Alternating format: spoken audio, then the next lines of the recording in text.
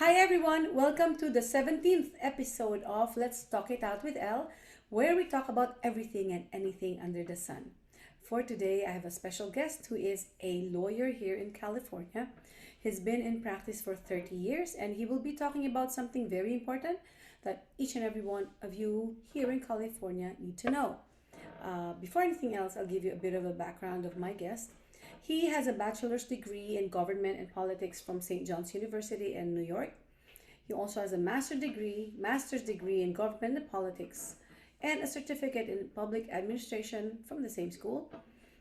He has a Juris Doctor degree, which is a law degree in California, from the Whittier College School of Law. He was the editor of their law school and a photographer as well. He's I don't know if I mentioned it, but he's been in practice for 30 years now. He's also an arbitrator, mediator on the LA's Los Angeles Superior Court panel. He is also a temporary judge, an expert witness in personal injury cases. His law firm specializes in personal injury, criminal defense, and there's someone in their office who does immigration law. They speak all languages that you can think of. So that includes Tagalog. So if you need a lawyer, you can call them and have no fear. If you're not familiar with English, just let them know what language you speak and they'll be able to speak with you. Okay, so now let me bring in my guest for today, attorney Brian Weinberger.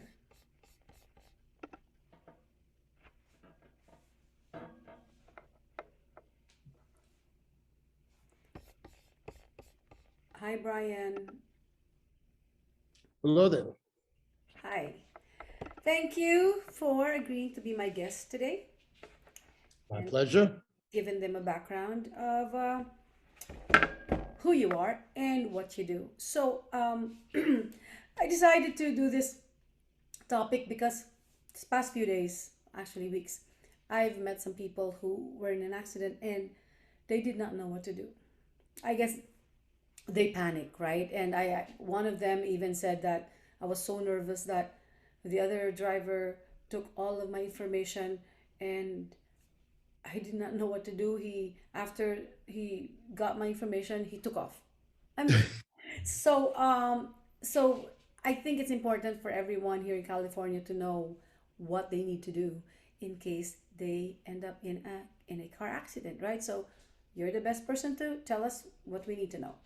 Appreciate that. Well, first of all, it's illegal not to give the information, whether you're at fault or not. You must give the information. If you don't, even though you stayed, you can still be charged with a hit and run. So, and it's a misdemeanor unless somebody's badly injured, then it could become a felony. So no matter what, do that. And then if you're not a citizen, a hit and run can have immigration consequences. So you definitely want to do the right thing, don't violate the law, and give the information. You have to give your driver's license and your insurance information.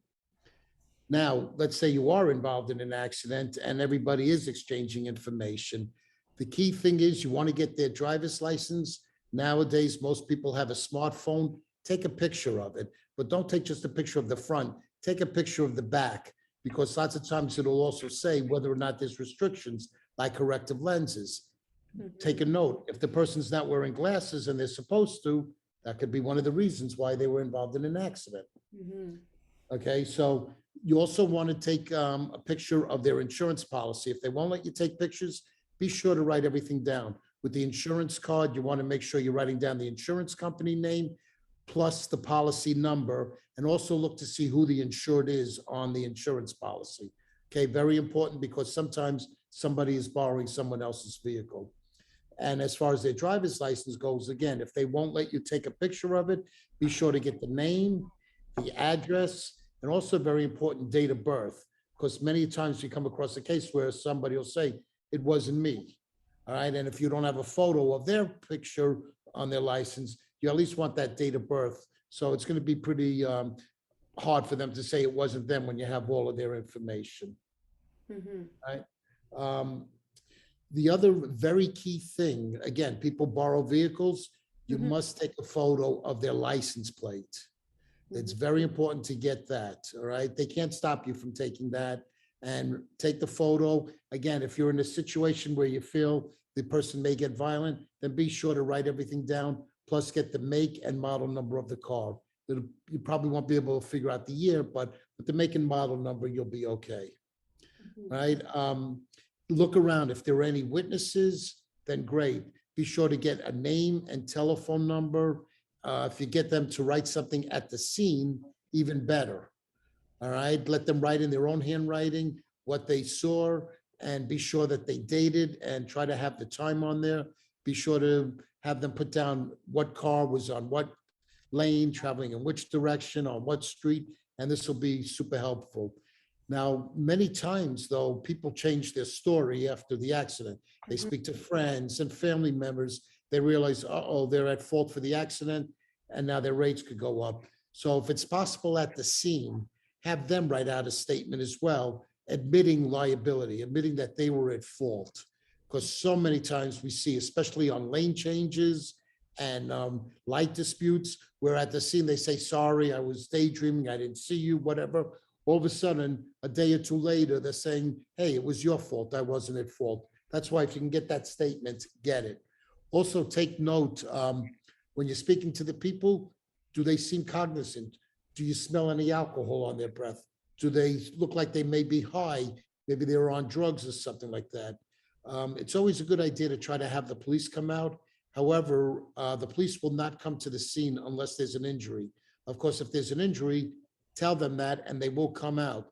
Also, if you suspect that the person is under the influence of either alcohol and or drugs, they will come out for that as well. Okay. It's a good idea if you are hurt at the scene. Be sure to tell the police that. But as a precaution, you should go to the emergency room. I've had so many cases where people felt they were fine, and then 3, 4, 5 days later, boom, they have the serious injury. Had somebody like that in my own family who was feeling fine after the accident, and then a week later, all of a sudden, they wake up and they had this intense pain. They go and it turns out that they did have a fracture and a year later needed surgery. So it's really important, especially if there's a head injury, you definitely want to get checked out. Too many times we hear about things where it becomes very serious. We've seen it, we read about it in the news. We see where people have ski accidents, go into a tree or they fall. It's very important that you get checked out if it's a head injury. Mhm. I have a question. In Canada, you have to report an accident. Is there a requirement in California to report an accident to the police? There's not a requirement to report it to the police. However, if it's a hit and run whereby somebody hits you and then they cut out, you must report it to the police. It's part of your insurance policy that if you want to put a claim in to get your car fixed, or if you were hurt and you have uninsured motorist coverage, then yes, you must have a police report. And if you're going to be living in the LA area, you definitely want to have uninsured motorists, because it's close to 40% of the people in Los Angeles, the city of LA, that do not have insurance. So you Oh. want to make sure you're protected, because if you're injured and you don't have uninsured motorists and they cut out or they don't have insurance, you're out of luck. Now, is it a requirement for a driver to have insurance? It's a requirement for a driver to have insurance. They have to have minimal liability insurance. That's 15,000, 30,000. What that means is that the most any one person can get is 15,000. And then if there's multiple people in the vehicle, the most that they can get aggregate, meaning everybody together, is 30,000. Those are the minimum limits. Plus they have to have minimum of $5,000 in property damage. And good luck if you have a car, let's say it's a Mercedes or a Lexus, 5,000 usually isn't going to cut it. And if the other person is injured and they have a fracture, the 15,000 isn't going to cover. So basically, you're still subjecting yourself to possibly being personally responsible. So you want to have a little bit higher policy if you can. So what happens if the other driver does not have any insurance? You must have uninsured motorist coverage. If you do not, you're out of luck. Hopefully, you have health insurance to take care of your medical bills. But as far as your car goes, if they don't have insurance and if you don't have if you don't have collision coverage, Mhm. then you will be out of luck. All right. But let's say if you don't have the collision coverage, all right, and we have this happen a lot, and they're at fault for the accident, basically you live with it then. All right, if your car gets totaled out, you're out of car. So you definitely want to have collision coverage on your car. It also protects you in the event your car is stolen. Okay. What about the other party? What happens to him if he doesn't have insurance? 'Cause is it a crime? Not a crime, but is it a violation of any law? It is, you're required to have insurance. Do they criminally prosecute you? No. However, the DMV will suspend their driver's license. Because There's so see, many that's people interesting. driving out there without, It's interesting because in Canada we have the Highway Traffic Act, right? And we have Provincial Offences Act Court, where if you don't have an insurance, so for the Canadians out there, I'm gonna segue into our law. If you do not have insurance, they'll take you to court, right? And you get fined, but still you still have to go to court. It's not a criminal court. It's like I said, it's Provincial Offences Act Court, provincial court, but you still have to go through the process of going to court, getting doing hearing and getting sentenced and being fined at least, if I'm not mistaken, at least $5,000 if you don't have insurance, right? So it's a lot of money. So anyway, going back to right, car. they should have it up. I grew up in New York, and in New York, in order to get your car registered, you had to send proof of insurance to DMV. It's Mhm. supposed to be like that here too, but people then cancel their insurance after a month Yeah. and they're out there driving. So you want to make sure you have uninsured motorist coverage, because if you're injured and you don't have it and the other person doesn't have any insurance, or again, if they cut out, if it's a hit and run, you want to make sure that you're covered. Is that what you call the comprehensive one? No, comprehensive is basically any damage to your vehicle. Like, for instance, if a tree falls on your car, comprehensive will cover that. Somebody smashes your window, things like that. Okay, so you have collision coverage and you have comprehensive. You want So, to have all of that. okay. Now the uninsured is included in the collision? No, the uninsured motorist, it's a separate rider in you're supposed to be offered it. Oh my All God. right, and that only protects your body. Okay, your collision protects the car, the uninsured motorist protects you. In the event you're injured and you need medical care, the uninsured motorist will cover your medical bills Okay. and give you money for your pain and suffering. Okay, and also, let's say you lose time from work, you'll be able to get that also. So it'll cover your lost wages, your medical bills, and your pain and suffering. Oh, okay. Got it. Now, also, it's a good idea to have a good policy for uninsured motorists, because let's say the other person does have insurance, right? And if they have only a 1530 policy, and if you have only a 1530 policy and you have a serious injury, you're only going to be limited to their 15,000. However, let's say if you had a $30,000 policy, as long as your uninsured motorist policy is higher than their liability insurance, you can then collect the difference. So for instance, if their policy is $15,000 and you have 30,000, you could collect their 15, and then you could collect another 15 from your own insurance, which is the difference between the 15 and the 30.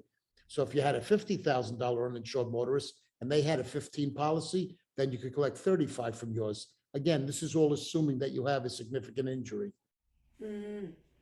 Okay. Now, significant injury. How A significant? broken bone, let's say you have a broken bone, or, we've dealt with very serious injuries. I've dealt with brain injuries.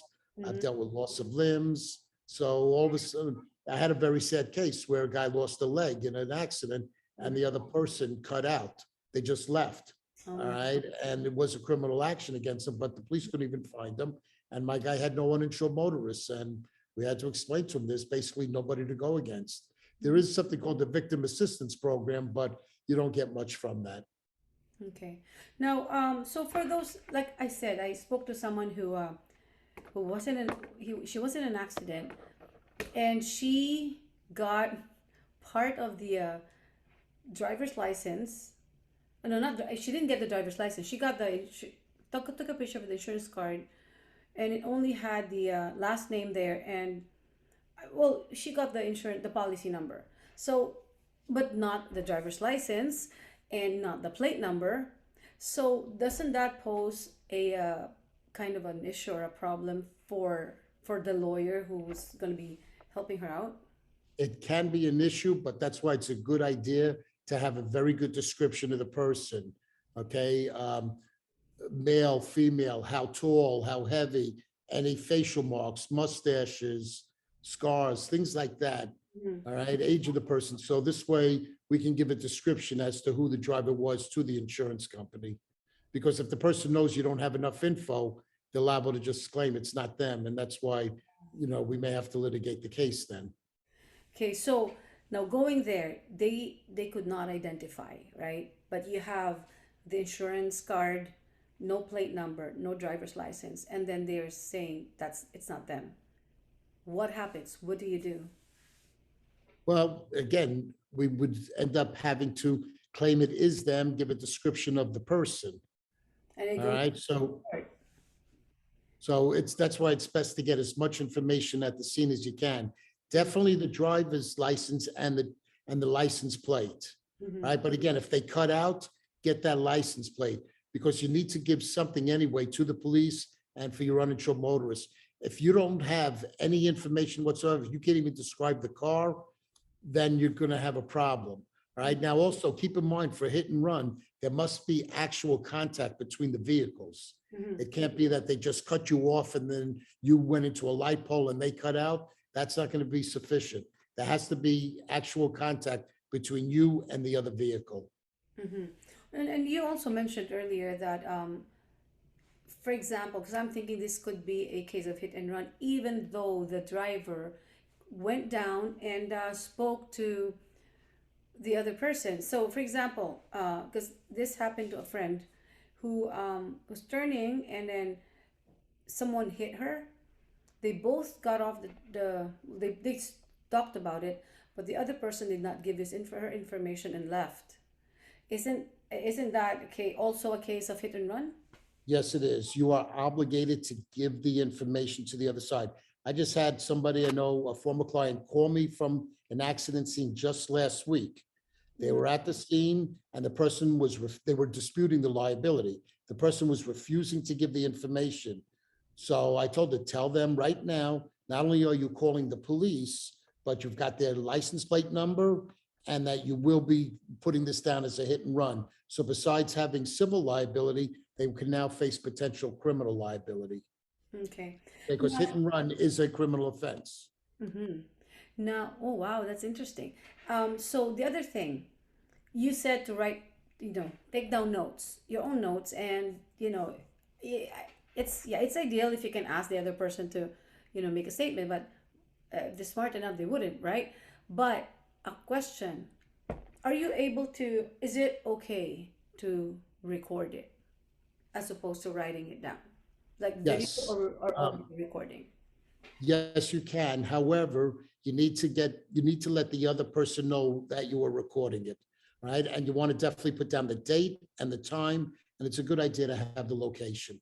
So, but again, if you feel that it's liable to escalate the situation where you could be in danger of bodily harm, then don't do it. But if you can record it, definitely record things.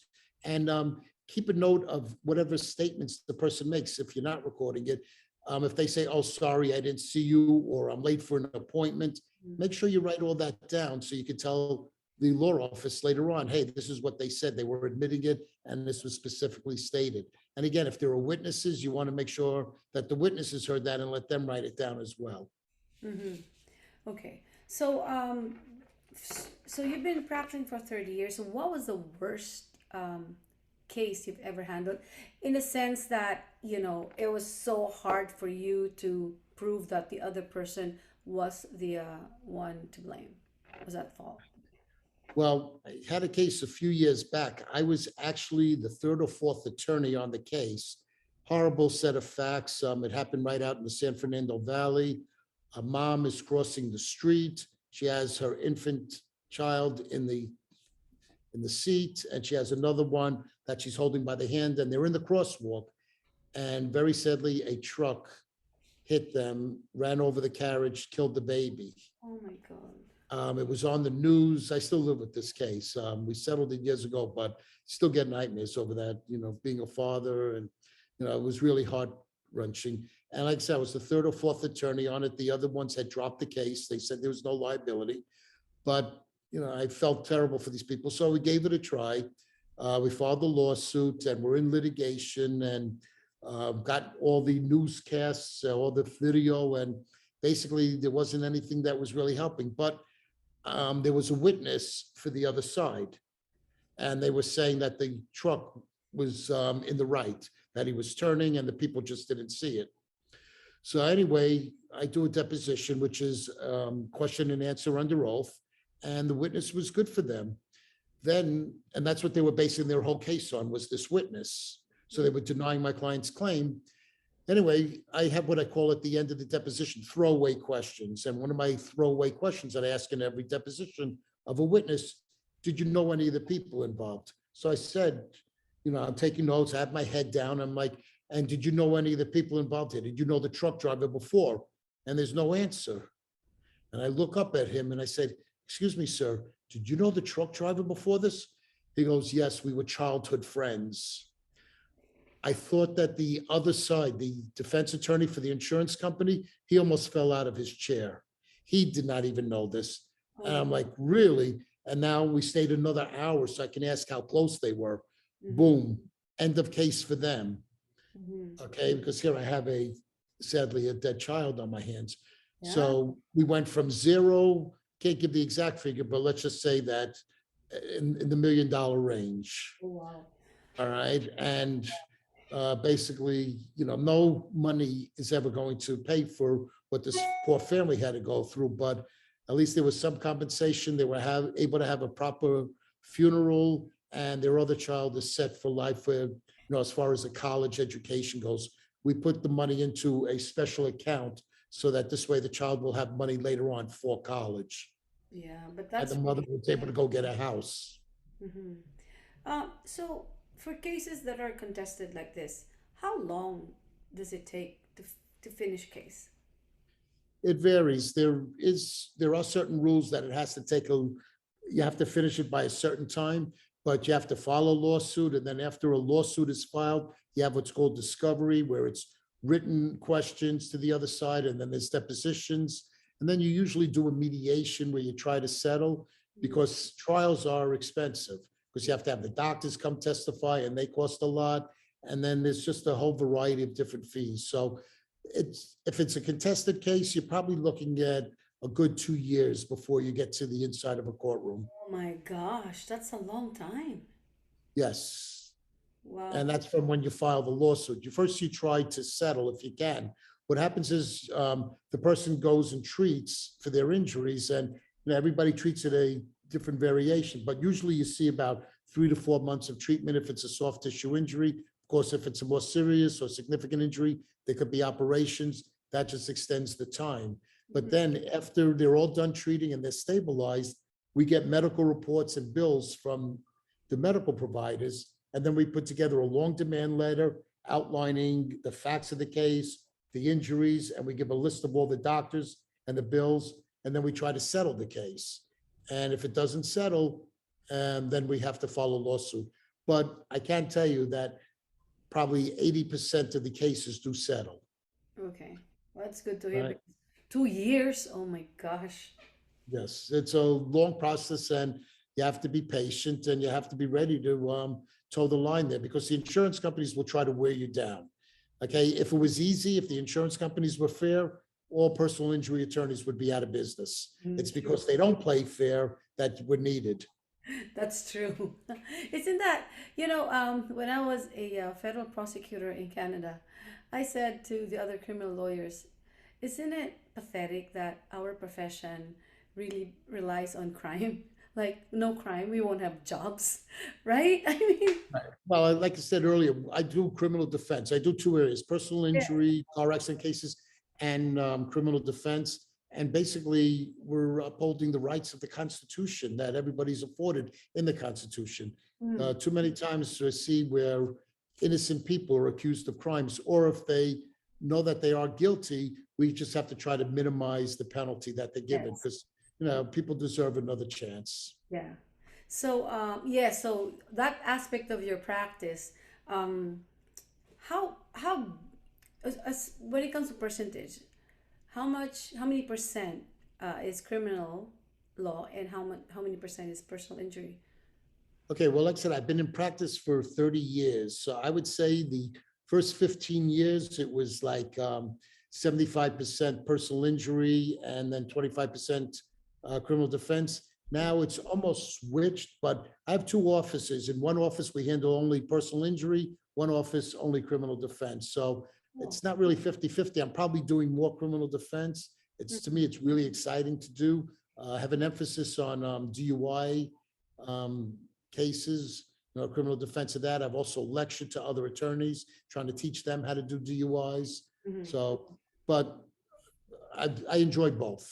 All right. With personal injury, I've been called as an expert witness a couple of times by other attorneys to testify in court on their case. Basically, I'm talking about the reasonableness of medical bills. Mhm. But I still enjoy those two areas. And that's all that I do are those two areas. But people call with other areas of law. Like, for instance, in my office, there's one guy who does only immigration law. Mhm. He's a walking encyclopedia. And, I've got friends that specialize in other areas. Like one person does only divorces, family law action. Actually, there's about three people near my office that do all of that. I have business litigators. So I don't touch any of that other stuff, just my two areas. But somebody calls the office and they need a referral, we got plenty of good people that specialize in just that area of law. You can't be a general practitioner, do a great job and specialize in 9 different areas. Ah, Okay, I do just the two areas. Modestly speaking, I think I'm good at it, and that's enough. yeah. To just do the two. Others do usually one, but when I see somebody saying, "Oh, I could do this and I could do that," no, it's a specialty. Like especially the DUIs, it's a specialty. Family law, I wouldn't touch. It's a specialty. Yes, that's true. Me neither. I actually, when I was before I moved to Niagara Falls, I did this types of not personal injury, but mostly Highway Traffic Act offenses. So, like I said, in POA court and even in criminal court, because we had this, there was a law that came that was new. It's called stunt driving, where if you're caught speeding 50 kilometers per hour more than the limit, that's stunt driving, and automatically at the side of the road they impound it, right? Yeah. So it became a lot of people got caught, and but yes, you can, yeah, I agree with you. It's really hard to do all types of law. Like there's so much. There's labor law, employment, entertainment, family. Like there's so many, and they're all different. But me, I like you, I love criminal law. It's more interesting than any other law that I know. So yeah. Very exciting, and it's always evolving. New laws are always coming down, new cases, so we have Mhm, to keep up on those. But in touching on what you just said regarding speeding, we mhm, do have certain laws, like if somebody's going 100 miles an hour or over, yes, they can be charged with a crime. mhm, Okay, misdemeanor. They're not, it's not just a ticket. They can be charged with a misdemeanor. mhm. Now, also, let's say you're DUI, all right, and if you're driving more than 20 miles an hour over the limit on the city streets or 30 miles an hour on the highway or the freeways out here, then you're looking at a mandatory minimum 60 days in jail. Oh It's wow, a that's separate, good it's a to know. separate code section. Yes, it's a separate code section. Okay, so when we get those, right away, we have to start figuring things out. Okay, if it was a speed gun, we got to get the speed gun, we got to calibrate it. There are ways to get around that. And there Yes. are ways to negotiate. So that's not sort of, that's taken off the table. But yes, people need to be aware of that, Mhm. especially when it comes to DUIs. And Yeah. also speaking of DUIs though, if you do get caught, you definitely want to give a test. All right, because under California law, you will automatically lose your license for up to a year. Well, I should say a year, could even be longer depending on certain things. So you definitely don't refuse the test. When you Mhm. sign up for your driver's license, you're agreeing that in the event you're pulled over, you would give either a breath or a blood test. Mhm. Interesting. In Canada, same thing. We don't call it DUI. We call it over 80. So when you say drunk driving, I just wanted to compare. We have a gauge in Canada of when you're drunk, right? So over 80, when I first started, I was a court clerk, criminal court clerk at the old city hall. That's the first time I came across the word over 80. It was a crime. I mean, it's an offense, a charge, a criminal charge, and it's a driving charge. And I thought, what? You cannot drive when you're over 80 years old? And I'm thinking, right? I'm like, no. So what's over 80? It's over 80 milliliters of blood and 100 milliliters or over 80 milliliters of alcohol in 100 milliliters of blood. Or the reverse, right? Blood over Right. alcohol. So I'm like, because they call it over 80. So it's the same as DUI. Now, refused breath sample is the charge that you get charged with if you refuse to give breath sample. So it's a criminal offense, right? So if you refuse, then they charge you with refused breath sample. Some people weigh things, the experts, the drunks, they weigh whether if I refuse, I think I'll get a lesser penalty than if I, because sometimes they're really like over, right? So some of them do that, but I don't know. But yeah, don't refuse. But when you just said over 80, it reminded me of my trip to Florida where I was worried because most of the drivers there were over 80 and it was scary. Like, it was scary driving on the streets. No, what we have here in California, it's vehicle code section 23152 A and B. The A is driving while under the influence. The B is .08 or above.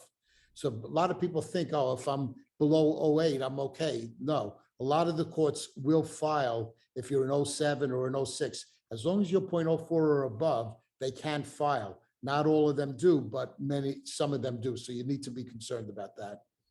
So A is if you're way above point oh No, 0.08. the A count is just usually you could, it's like bad driving. If you're driving while under the influence, okay? So if they have you speeding or going over the line or weaving, okay, but Oh.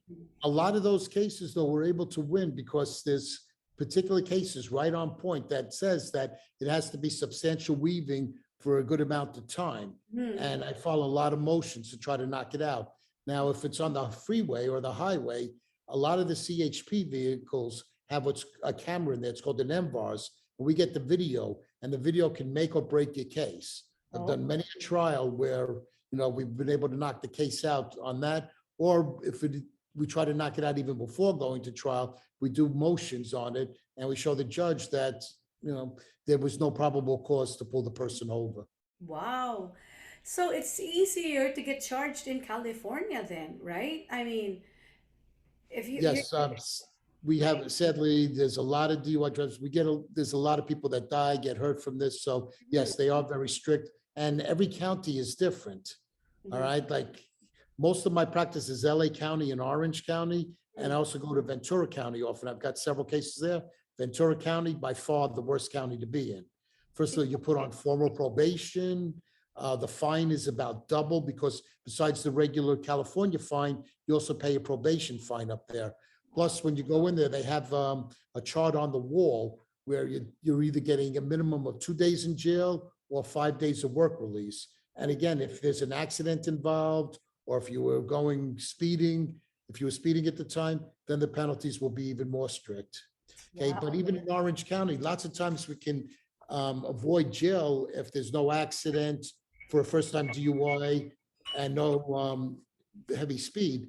But Mhm. for a second-time DUI, yes, the court's done there anywhere from 30, 45 to 60 days in on a second offense. Oh my The gosh. law requires a mandatory minimum of 96 hours up to 1 year in jail for a second DUI. So, and you have to be careful because after your first DUI, you're given what's called the Watson admonishment. And they tell you that in the event you get picked up for DUI again, and as a result of your driving, someone is killed, you can be charged with murder. And there's been several people, mostly young people in their 20s, that got sent away. One was 15 to life, one was 25 to life. So you really have to take it seriously.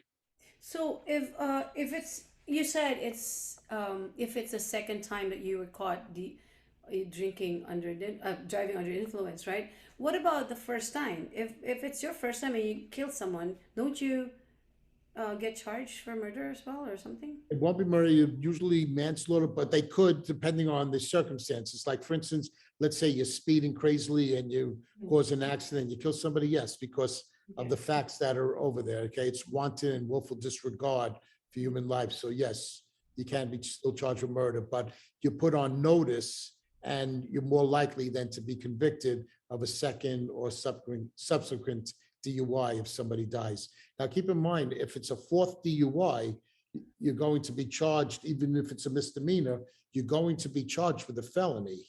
And Mhm. also, if somebody is injured, even on a first DUI, if they're badly injured, you will be charged as a felony. And if they keep it as a felony, you can be looking at state prison time of 16 months, 2 years, or 3 years.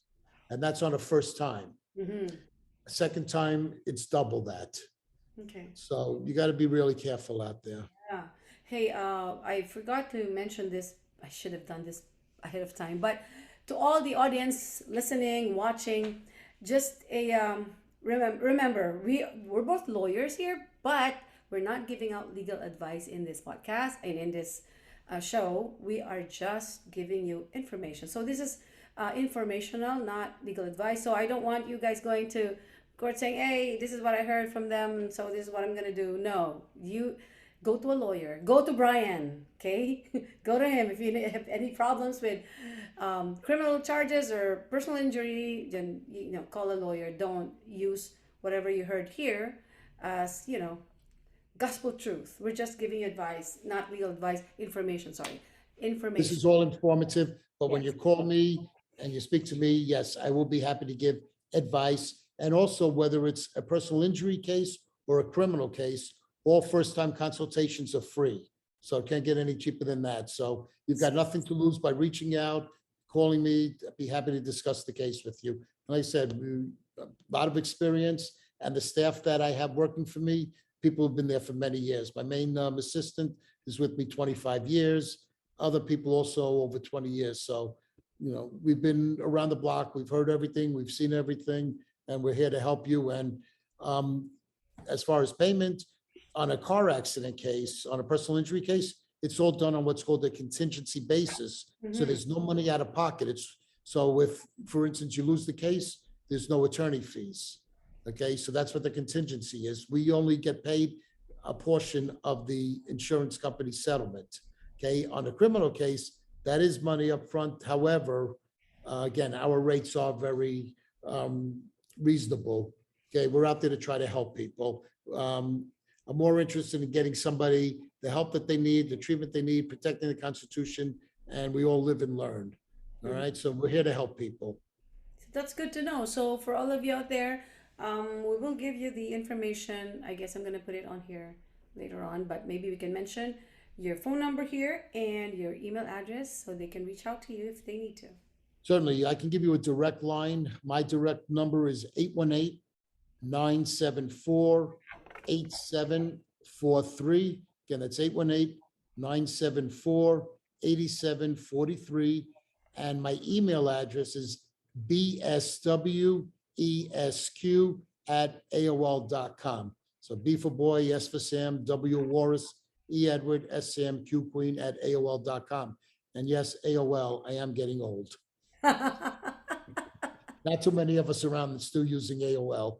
Yeah, I'm like, oh, what is that? I'm just kidding. Yeah, I- that's good I've to had it for so many years, and I have all of my former clients have it, so I can't just get rid of it. of Because, course. if they need to get in touch with me, and nowadays people like to get in touch through email, and that's preferred also.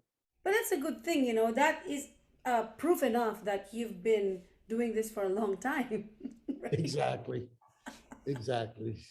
And of course, guys, if you want to be, if you have any cases, criminal or personal injury, you'd want to go to an expert, right? Someone who's done this for a long time now. And here you go. We have Brian here, and like, It should also mention somebody in the office, he does only workers' compensation. So, and unfortunately, we just had a client who passed away, also in an accident, work-related. So he was able to get that person a lot of money for the family to help them move forward. So like I said, if whatever kind of case it is, you call me. If it's personal injury or criminal defense, I'm the one that will personally do it. If it's workers' compensation or immigration law, I have two specialists in the office. That's all they do, nothing else. now, personal injury, always talk about when we hear personal injury, the first thing that comes to mind is a car accident, right? But there are other types of personal injury that you So, handle. Can you give us what the examples of those? certainly there's slip and falls or trip and falls. We've handled many of those. I even got published on one of my cases in the legal newspaper a few years back for a good verdict on that. So if those are tough cases though, all right, the other person, like usually it'll be at a store and they have what they call sweep sheets. So they're always trying to say that the store was clean, but they lie lots of times and we try to uncover that. So they have to have notice. So like, for instance, you walk into the supermarket and somebody just had dropped a banana peel 2 seconds before. No, the supermarket's not going to be responsible, even though you slipped and fell and had a bad injury. Okay, so every case is different. Okay, we've gone against the city on sidewalk cases, got some good verdicts there. But slip and falls, if it's a traumatic injury or a bad injury, then yes, we will take it on. If somebody just has like a minor sprain strain, there's a lot of fighting that goes involved, so they probably won't even want to go forward with the claim. Mm-hmm. So we'll see. And, we've handled cases where passengers were on buses, public transportation. So we've handled all of that as well. Yeah, because I think it's important for people to know if they have a cause of action when it comes to other types of injuries, right? Like what you mentioned, slip and fall, the bus. I'm sure a lot of people do not know this, right? If they're, example, in a hotel, I've spoken to someone and she said that something happened at the hotel and she's looking for a lawyer. So, what kind of cases can you think of that, could involve that? Is it like slip and fall and? Right. Well, the case that I had that I got published on, that was actually at a hotel. Oh, okay. Okay. And it was near the stairs and it was just on top. And basically the floor was just too slippery. So we had to have an expert witness go out. They do tests. It's called the coefficient test, but they did a test on it and he wrote a whole report saying, no, the floor was not proper. And we sent the report to the insurance company and we were able to work out something then. Mm-hmm. Okay, but they fight those cases. But due to the fact that we're able to get a good expert on that kind of case, the tougher ones are where there's some kind of debris on the floor. All right. And again, we've handled many of those. It's always good to find out exactly what you slipped and fell on. Mm-hmm. All right. And take pictures. Lots of times they'll do some cleaning and they don't have warning signs up. And then boom, the floor is slippery. So somebody takes a fall. Those are the easier cases. Mm-hmm. All right. They definitely need to have some warning signs up. And how long does a case take? How long does it finish? Again, it all depends on the individual. How long do they treat for? Okay, once we get the bills and the reports, we get a letter out within 2 to 3 days. And then it usually takes them a few weeks, about a month, I would say, to evaluate the claim. And then we negotiate. Okay. And mostly they negotiate, right? Most of the We time. negotiate, but if I'm not happy with the settlement or the client's not happy with the settlement, we fight. We don't just roll over. Mm-hmm. And the insurance companies know us well. Yeah. And this fight takes how long? 2 years? Is that? Yeah, that could take up to 2 years, but there's lots of times where you file the lawsuit, they say, oh, they're serious about this, and then they will pay the proper value on a case. But Okay. keep in mind, the insurance company is a big business. They're in there to make money, not to give it away, That's true. right? So I remember the old Allstate commercials years ago. They used to hold their hands out like this and say, you're in good hands with Allstate. Yeah, that's because they were showing, we're squeezing you. Okay. Well, So okay. they So don't do that anymore. but that's good. So car accident, slip and fall. Is there anything else other than those two? No, those are like the main ones. I've also handled a lot of dog bite cases. What? Oh, Some, I'd love to hear that. Dog bite. some of them got really nasty. I had one guy, he was by a fence and he heard noises. He looked up over the fence, and just as he looked up over the fence, boom, a dog bit him right on the nose, opened his whole Oh nose. my God. It was horrible. The pictures were Oh, excruciating, and you could just tell that this poor guy was in so much pain. So we got him well compensated, and we've had cases where people are just walking by somebody's house, dog runs out the door and bites him on the leg. We've Oh. had some very significant injuries. oh my gosh. So What if you're the one who went into the house and the dog bit you? yeah, if you were invited into the house, they have a duty to put that dog away, especially if they knew that the dog had what's called the propensity for that. Okay, but you have to understand, with a dog bite case, it's specific negligence. All right, so they're automatically on the line. The Okay. problem is you have to hope that there's insurance to cover it, because usually a lot of people just won't have the funds to cover it personally. Mhm. But if they have homeowners insurance or renters insurance that permits a dog, then we're able to go against the insurance company. Oh, and so you can do that, but is there a specific dog insurance? No, it's not a specific dog insurance. It'll just be if it's silent, then you're okay. However, a lot of companies will specifically exclude certain types of dogs like pit bulls, Uh-huh. things like that, Rottweilers, the whole to do. Oh, Or they'll say no dogs at all are covered. uh-huh. We've had that situation as well. I just had that situation where I had to tell the person, look, they don't own anything, they have no money, and they have no insurance, and these poor people now aren't going to get anything for their pain and suffering. Luckily, they had health insurance, but when you put in a claim, besides having all of your out-of-pocket expenses covered, and that includes eyeglasses, if you're involved in a car accident, and let's say you have a child safety seat in the car, you Mhm. automatically get a brand new one. That's an automatic thing under California law. So, but again, as long as there's insurance, you can get all of this back. But if there's no insurance, you can be out of luck. Mhm.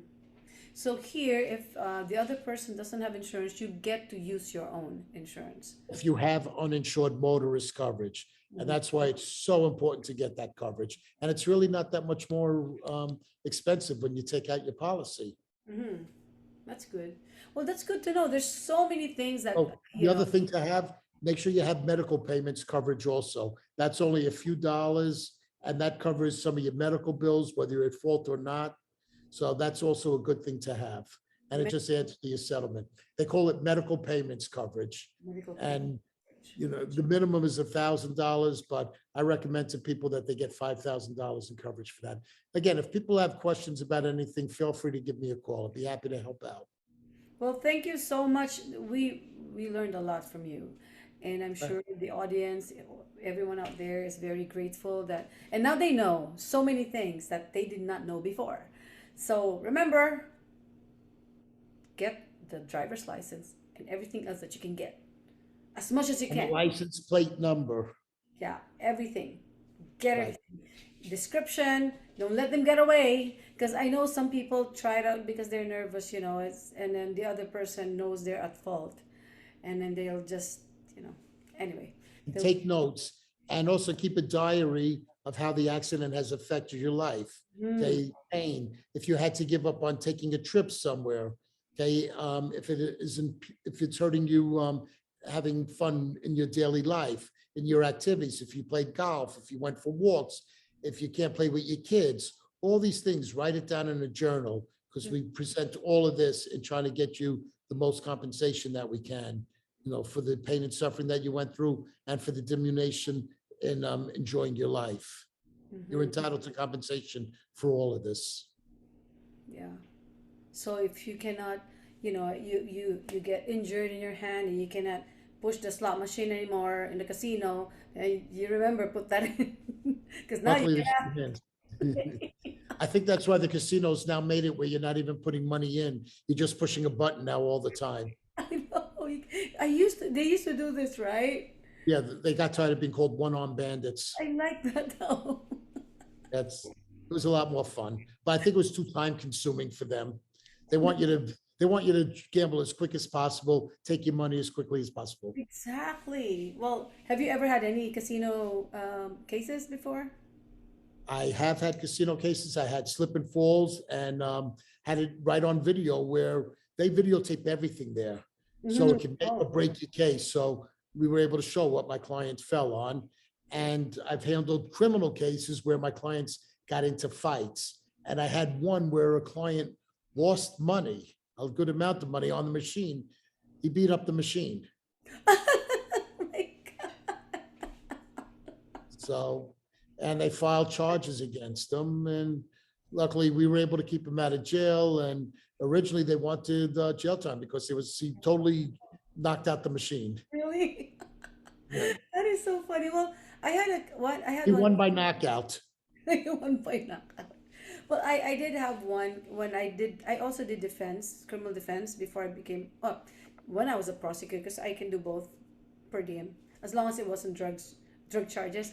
I had a client who was in a casino playing, and then he saw a wallet on the floor. He took it, and then he did not know where the person is, and then he left with the wallet. Yeah, they charged him with theft, Wow. right? I'm like, Well, so theft there is charged as taking the property of another. yeah, So yes, the same thing would yeah, happen but here. like, so think, well, I got him a good deal because, but I think the allegation there was that he knew who the Right. person was, right? Somebody, okay, it's somebody else's property. But we deal with a lot of theft cases as well. And I talked about Ventura County before. I had one case a couple of years ago where the person went out to the outlet center in Camarillo Mm-hmm. and they stole from several different stores, 8 different stores, but really minor stuff like a hairbrush in one store, so a shirt in another. Anyway, 8 different stores. They charged 8 felonies at the beginning. That's how crazy they were out there. All right. I said, how could that be? Every item, the most expensive item is like $50. And they were considering it a crime spree because he went to 8 different stores. Mm-hmm. Anyway, we are able to get that knocked down, luckily, but they did overcharge the case. Wow. So you have to be careful. But even a petty theft case, if you're not a citizen, it's a crime of moral turpitude. It Mhm, could have immigration consequences. mhm. All right. So usually, again, we can knock those out without any problem, but we need to be careful. Yes. So stay away from the casinos and the outlet malls. That's the moral of the story. There And you if go. you ever, steal anything, still big. I'm just kidding. It's a joke, Oh, guys. no, no, no, no, It's a no. joke. Because you're gonna get caught anyway. So There are cameras all over the yeah, place these days. Okay, yes. I'm dealing with a case right now where my guy went into a well-known store and stole a lot of things. They have pictures of him. I got like 30 pictures. They've got close-ups. They was just A amazed. medium, a close up. Seriously, they have everything. And I'm like, this is one of those cases where we're going to have to just make a deal to try to get out. And luckily, I was able to do something whereby he's just going to have to be a good boy for 6 months, take a class for a couple of hours, an 8-hour class, and then the whole thing is going to come off his record. Okay, it's Mhm. called diversion, Yeah. Oh whereby yeah. Hmm. okay, so this way he won't have any record whatsoever, especially with the young people. You Yeah. don't want them to be saddled with a criminal conviction Yeah. on their record. Yeah, we do have diversion as well in in Canada. So I don't think we have that in the Philippines. I'm not sure, but anyway. So okay. Thank you so much for your for the information you've given to us. And I'm sure a lot of people here are really grateful for what Yep. you for the information you gave us. And I'm sure there's some of them who will give you a call, My right? pleasure. Happy to help. That's what we're here for. And now it's time for you to greet your friends. Time to do Greetings what? time. Greetings time. Say hello to whoever you want to say hello to. Oh, no. Hello to all my friends out there. Hope you enjoyed the talk. Hopefully it was informative. And say hello to my 3 kids. Love you, miss you. And now it's we're doing this in the evening. So now get to say goodnight over the phone in a few minutes. There you go. And for me, I'd like to say hello to everyone in the Philippines. My long lost friends, Lady Oliva, Med Aguilar, Evelyn Guzman. I haven't seen these people for about 38 years, and then we found each other, right? It's really nice, Through Facebook? yeah, Yeah, that's what's great. exactly. I'm friends Facebook. with so many people from elementary school, junior high, and high school. And I grew up in New York, as you probably can tell. That's why I'm aggressive. And you will see that in court, definitely aggressive, but aggressive, but civil by the same token, professional. Hmm. Okay. And now, because of Facebook, twice a year, we have a neighborhood reunion at the Yeah. elementary school that most of us went to. So it's a lot of fun. Hmm. But it's sad because I'm looking at all these people. I'm like, damn, they got old. I know, right? I'm just kidding. No, but yes. So yeah, hello to everyone there, and of course my BFF Marika Kudraglu, and oh, my friend is running for Congress in Surigao, Lucille Sering. So to all the people in Surigao, please vote for Lucille Sering. You won't go wrong. She's a good friend of mine, and she's good. I'm not gonna say anything more. But yeah, I support her. But when it comes to the elections, the presidential elections in the Philippines, I'm not gonna say anything anymore. You know, you choose, you do you. I am not gonna get involved in that. But because it's a May 9th elections, I think, right? May 9th. So Not but even going to say anyway, anything good about Manny Pacquiao. He well, seems Manny Pacquiao, like a I good don't know. man. I know he is. Yeah, but for me, you don't talk about politics with your friends and family. That's when we're not. You're gonna disagree, and then you're just gonna uh, hate each other. So I don't talk politics. I don't even know who I'm gonna vote. I haven't even thought about that. So because I'm not into politics. But with my background, like I said, bachelor, Yeah, master's you in are. politics. I worked in 2 congressional offices. So See. yes, I love politics and read all the time and definitely have some very spirited debates. But um, I won't say, since we're not supposed to take sides, I won't say who I'm for or who I'm against, but I just will say that the previous administration, what an embarrassment. But I won't say who I'm for or against. Okay, good to know. But yeah, so well, thank you again. So this is the 17th episode, so let's wait for the 18th episode, and I'm sure we're gonna give you more information, or maybe the next one is gonna be something more fun and exciting. But this is And again, exciting. okay, and don't worry about any language barriers because in my Yes. office, we've got people that speak Tagalog. I've got Korean, Chinese. We have all the languages covered. Farsi, Spanish, everything is covered. So it's not an issue. If you need to communicate, I can get by on my Spanish, and believe it or not, a fair amount of Korean. So because I have a lot of Korean clientele. Wow. So, like So I said, we're here to help. I did say at the beginning. I said that they speak all the languages that you can think of, so Yes, you won't have a and problem if with we that. don't have somebody in the office, we have friends. So it's Yes. a whole UN of friends that are involved. Okay. Well, again, thank you so much. My And pleasure. this Look is what forward to hearing from people, and we'll do everything we can to help out. Said, feel free to contact even with just simple questions. So we're here to help. we Doesn't forgot. cost anything to ask questions. We forgot to say hello to Hedy Trinidad. Hello, Hetty. Hello, Layla. Hello, Brendan. Yes, and I'd like to promote Victory Auto House. So for your car needs, hit me up. I'm gonna call them for you. Go through me. So if you wanna buy a used car, a new car, lease a car, and get into personal injury or accidents, I mean, then you call me or Brian. But when you want a car, let me know, because Eddie's there. He's gonna help out. So hello, Eddie Trinidad. Okay, so before we go, this is what we do here. You need to do the thing. I'll say let's talk it out with L. Okay, that's what you do. Remember. Okay, so again, thank you so much for all of those who are listening, watching. It's going to be on YouTube as well. Thank you, and thank you, Brian, for all the information that you've given us. It's very, very nice of you to give us your time, even though it's already late. I'm so sorry, but thank you so much. And again, to the audience, please watch. Everybody can see I definitely need my beauty sleep. Yes. You're not And supposed to agree with that. yes. Well, we'll see you again next episode. To the audience, watch for the episode 18 of my show here at Let's Brian talk it out with L. Oh, Again, thank you so much. Hey, don't go yet. I just say goodbye to the audience. See ya. bye, everybody. Looking forward to hearing from everybody. Yes.